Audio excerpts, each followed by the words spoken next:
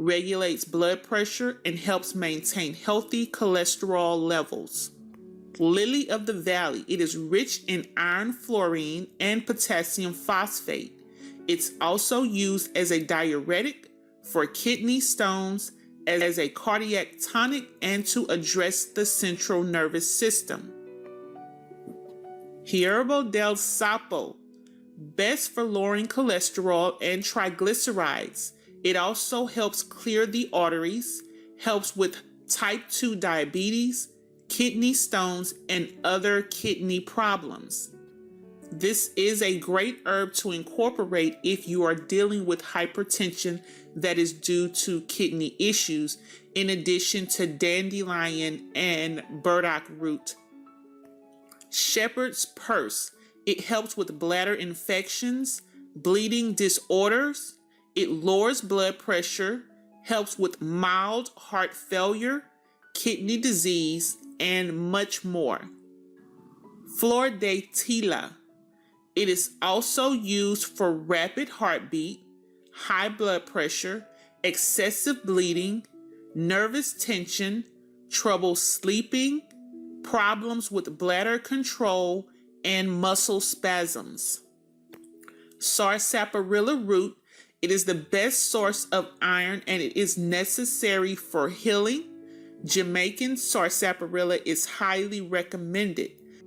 It is also a diuretic and has restorative properties that may help with congestive heart failure, high blood pressure, PMS, urinary problems, impotence, hives, infertility, the nervous system, inflammation, and discomfort from rheumatism and arthritis. It is also a very important herb to incorporate so that you can provide your body with the iron that is needed to help assist with lowering blood pressure. By introducing more iron into your body, you will be able to introduce more oxygen to the cells. Valerian root.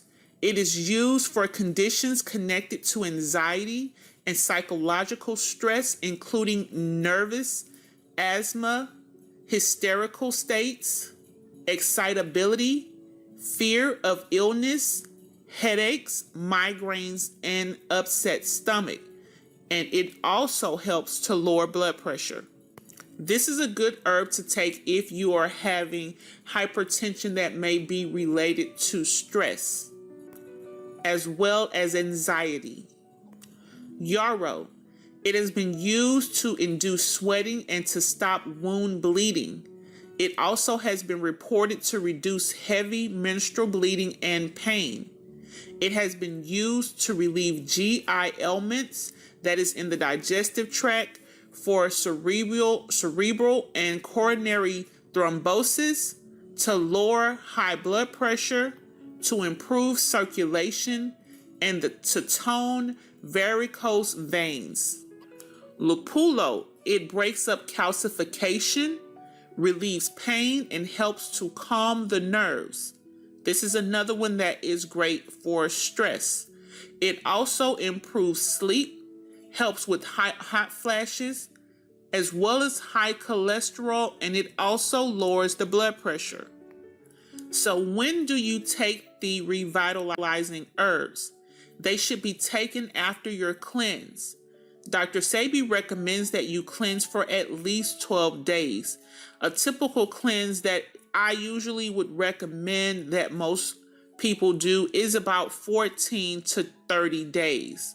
But whether you detox for 1 week or 1 month or even just a few days, you will benefit from a cleanse. The amount of time that you cleanse does greatly help in the healing process, but it is not the only factor. As I mentioned before, the longer you fast, the better. However, you don't want to overdo it.